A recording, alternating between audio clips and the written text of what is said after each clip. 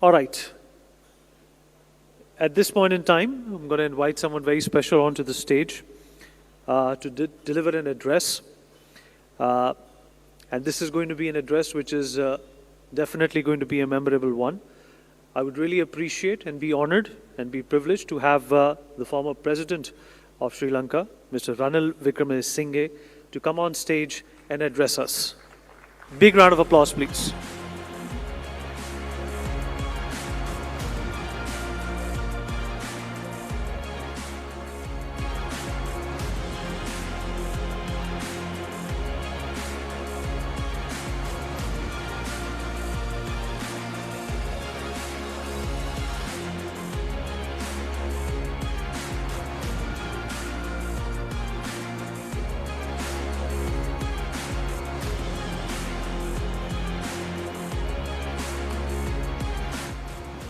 Ayubowan, Namaskar, Honorable Minister, distinguished guests and friends. When I was asked to take part in this event, and funnily enough in Madhya Pradesh of all places in the country, I agreed to do so because I felt that we should have Indian notion, our region versions of what's happening. Asia is too subjugated to the Western news medias and now maybe to the Middle Eastern, that we haven't got one which deals with the issues of the world. We are well covered with our own news, but certainly not in regard to what is there or what's happening in the rest of the world. So, first I must thank Mr. Sharma for what he has done. I hope this continues, because then we can discuss our viewpoints on what's happening in the rest of the world. So when I received this invitation to speak on NXT in South Asia, I was reminded of an article which I had read in the Foreign Affairs magazine. The end of South Asia, a region in name only. So it led me to question, what is South Asia? It's a very recent construct. And even the terminology is from the West, not from us. You do not come across this term in any of the South Asian languages, not in any of the Indian languages, not in our Sri Lankan languages, not in Bengali.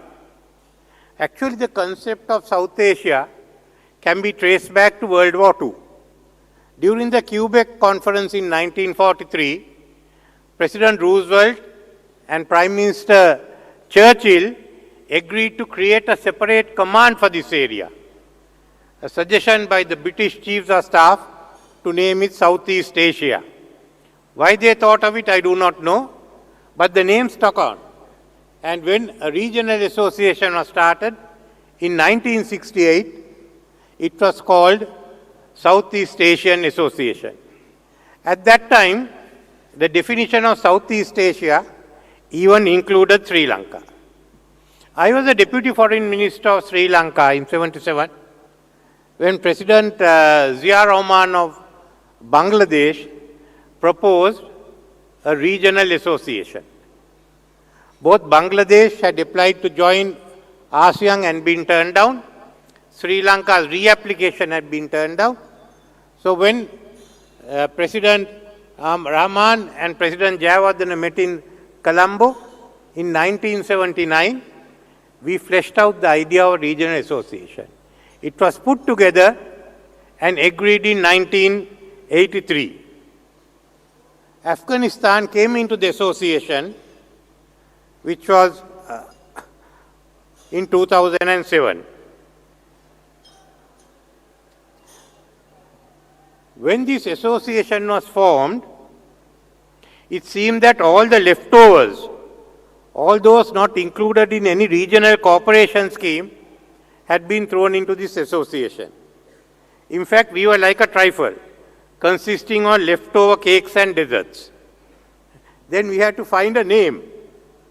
So we found this name, South Asia. Do you know where it came from? The United States. In 1949, US Security and Defense Establishment had a subcommittee responsible for security negotiations and agreements. And they decided to refer to our area as South Asia.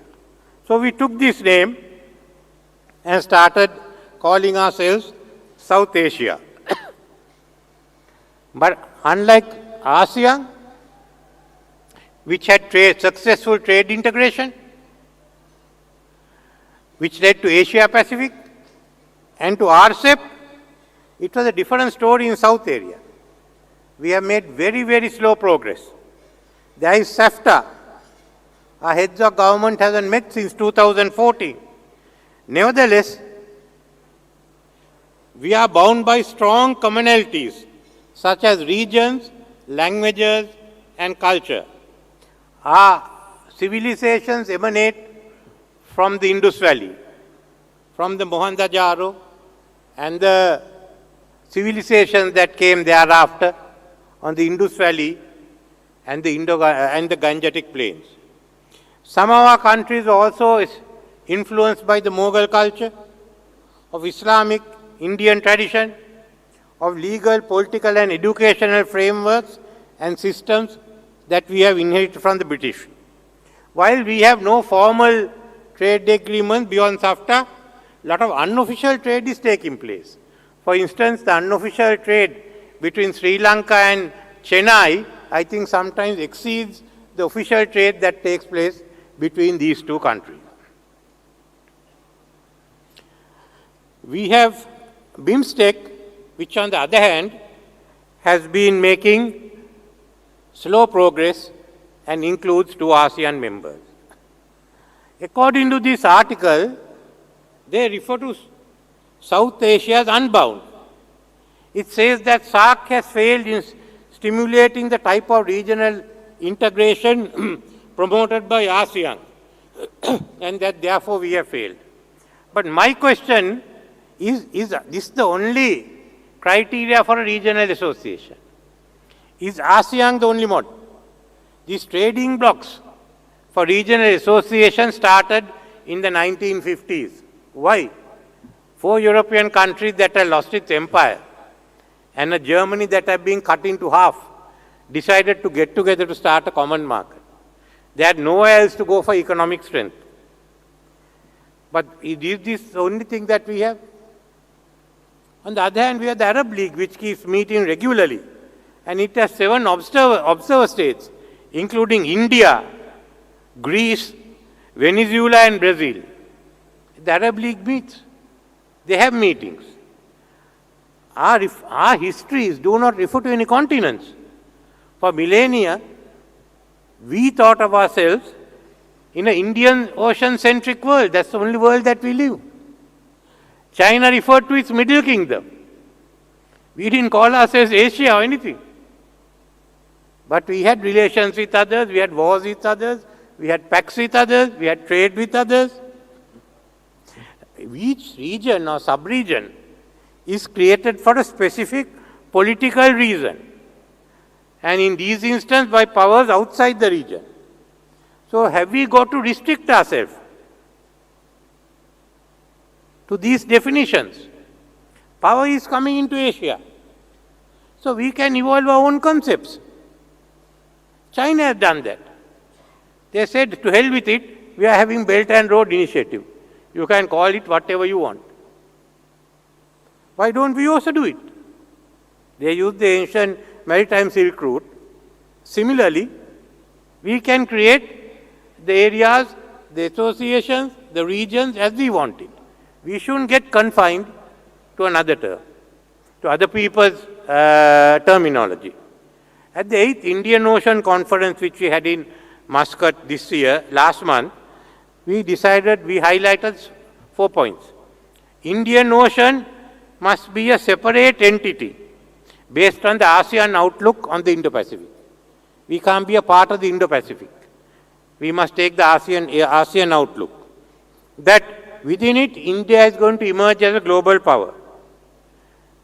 That in the long term, can we look at Indian Ocean as a community?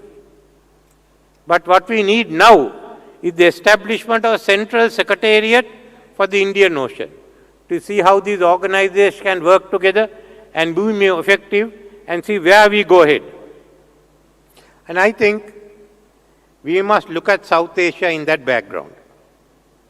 The South Asia that we talk of is identified with Afghanistan, the Karakoram, Himalayas and the Hindu Kush mountain ranges, and the Indo-Gangetic plain and the Indian peninsula and the islands jutting out to the center of the Indian Ocean. Then we are more than a sub-region. We are more than a subcontinent. We are the intersection of the Indian Ocean. We bridge the Indian Ocean to the east with South China Sea and to the west with Suez, and thereof on to Mediterranean, and to the north we link with China. This landmass will be the centerpiece of Indian Ocean's economic growth. That is how we have to position ourselves. That's what we must think in the future. The multifaceted influence from this landmass will extend beyond what is the present South Asia. The palimpsest cultures of Southeast Asia have layers of Indian influence. Vietnam is a country whose origin goes back to the Funan kingdom, started by an Indian Brahmin called Kaundia. Theravada Buddhism of Sri Lanka has spread to Myanmar, Thailand, Cambodia, Laos and Vietnam, where the Buddhist priesthood, when the Buddhist priesthood in Sri Lanka became extinct, monks from Siam came to Sri Lanka to restore the ordination ceremonies. There is regular interaction between the Sangha of these countries. Thai language is based on Sanskrit. The ploughing ceremony that they have and we have is common to India. Do you know that they use the Brahmins in the water ceremony during the coronation? Brahmins have to come and pour water in Thailand. So you can see how much this our culture has gone in. The Khmer culture is a mix of Buddhism and Hinduism. Angkor Wat is a good example. The Indian Ramayana is a part of the Indonesian culture. Malaysian and Indonesians are unique Islam countries. Layers of traditional culture influenced by India, then a layer of Islam culture, then another layer of either Dutch, British, or Portuguese, or French. The Islam of Bangladesh and the Hinduism of West Bengal is covered by a thick layer of Bengali nationalism. The national anthems of India and Bangladesh are by the same, Rabindranath Tagore. Furthermore, 7 countries of the region are members of the Commonwealth with similar political, legal, educational and administrative systems. English is common to all these countries. So now we are seeing the emergence of an area in which there are more commonalities than trade. In ancient times, this region was dominated by Austrasian, Malays, Sri Lankan and Indian sailors and merchants. In medieval times, large trading guilds from India and Aceh merchants established regional trading systems. Some of them are still there. We had no FTA at that time. We had a flourishing rice trade. All this still keeps binding us together. In that sense, a greater South Asia is a landmass spreading from India to Vietnam, which has centuries of common cultures and trading patterns. A greater South Asia stretching beyond the Indian Ocean should not be an issue. As power shifts to Asia, we must determine our regional construct using our own criteria. Let's think anew now. During the 8th Indian Ocean Conference, same one, I highlight the fact that by 2050, there will be a new global order with 3 global powers: China, India, USA. No one else. We have to keep this in the back of our minds when we decide the future of what is called South Asia. In my understanding, the greater South Asia will be a growth pole in Asia. Already there are synergies in the growing regional trade. In addition to India becoming the second largest global economy by 2050, Indonesia will be the fourth largest. Pakistan, Bangladesh, Thailand, Malaysia and Vietnam will be among the first 30 global economies in the world. Today, India has reached the takeoff point to become an economic superpower. Therefore, the next 2 decades will witness an explosion of economic growth. I've been coming to India since 1968. It's now that you have the feeling. Creating an Indian-centric economic region, not only in the greater South Asian region, but also in the Indian Ocean region. The India GDP today is $3.5 trillion. In 2050, it will be 30 trillion US dollars, a 9-fold increase in a little over 25 years. This fast growth will require new supply chains, manufacturing cluster developments in the greater South Asian region. It is likely that supply chains will not be confined to India. It will also include the ASEAN economies. Further, it will also provide opportunities for Nepal, Bangladesh and Sri Lanka to become suppliers of intermediate goods under different comprehensive economic partnership programs with India. A large number of new manufacturing and service clusters may originate from these areas. India is promoting a large number of economic corridors. For example, India and Sri Lanka, if we have this proposed comprehensive economic agreement, partnership agreement, we will have an economic corridor with South India. By 2050, South India will have a $6 trillion US economy. It's possible for Sri Lanka by mid-century to have a $1 trillion economy, which will not be possible otherwise without the rise of the Indian economy. On the ASEAN side already, Malaysia and Singapore have agreed to create a joint special economic zone in Johor to rival Shenzhen. It's already taking place. This will provide a boost to the greater South Asian economy. A further boost will be the 4-fold increase in the GDPs of Indonesia, Bangladesh and Thailand by 2050. While India is going 9-fold, these countries are going 4-fold. Singapore by then will have the largest per capita GDP, well close to 150,000 US dollars a year per citizen. This will double boost Great South Asia growth, simultaneous increase in the GDP of these economies with additional boost due to India-centric supply chains. This is what we are going in for. This rapid economic growth will result in Indian trade with ASEAN countries coming closer to leveling with China. At the moment, China is far ahead.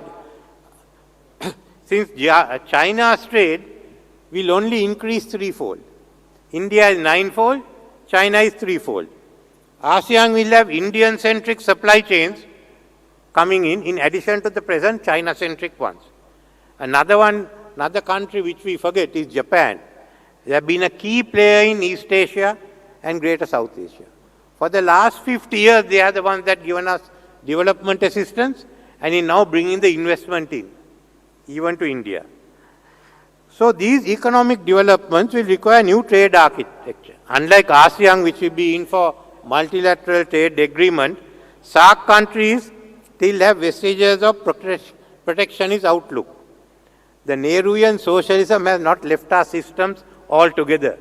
There's something more to go out. Sri Lanka, for instance, opened up first in 1977. Today we lag behind Vietnam, which was then a communist country. The best option for SAARC countries are to enter into bilateral trade agreements and bilateral comprehensive economic partnerships with relevant Greater South Asian countries. We have already started, in addition to discussing with India, and we have the agreement with Bangladesh. We've already had 2 agreements with Singapore and Thailand, and we want to go with Malaysia and Indonesia next. Therefore, there will be no European style of treaties, either Treaty of Rome or Treaty of Lisbon. We will have a noodle bowl of trade agreements, different agreements. It will just look like a bowl of noodles and it will be as much confusing. which will provide a lot of work for our lawyers and for accountants in the region. We do not need new regional organizations. All that we require is a stronger coordination between BIMSTEC, ASEAN and SAARC. We have to make BIMSTEC more effective. An improvement in Indo-Pakistan relations is required for SAARC because by 2075, SAARC will Pakistan will be the 5th or the 6th largest economy in the world. So all these developments can take place under our proposed Central Secretariat for the Indian Ocean. Finally, let us get on to the geopolitics. A greater South Asia will result in India taking a leading role. The dominating economy together with cultural, social and political commonalities will be India. China will have its connectivity to the Indian Ocean through the China-Myanmar Economic Corridor and the China-Pakistan Economic Corridor. ASEAN countries will have both Chinese connectivity projects and Indian connectivity projects. Security-wise, each country will carry out its own policies. In naval affairs, Bay of Bengal will be dominated by the Indian Navy, but we will have Bangladesh, Thailand and Indonesia also taking an interest. Indian Navy will also, as a result of a greater South Asia, be able to go in to the Gulf of Siam, which will also have Indonesian, Thailand, Malaysian, Singaporean and Vietnamese Navy. Now, where are we now?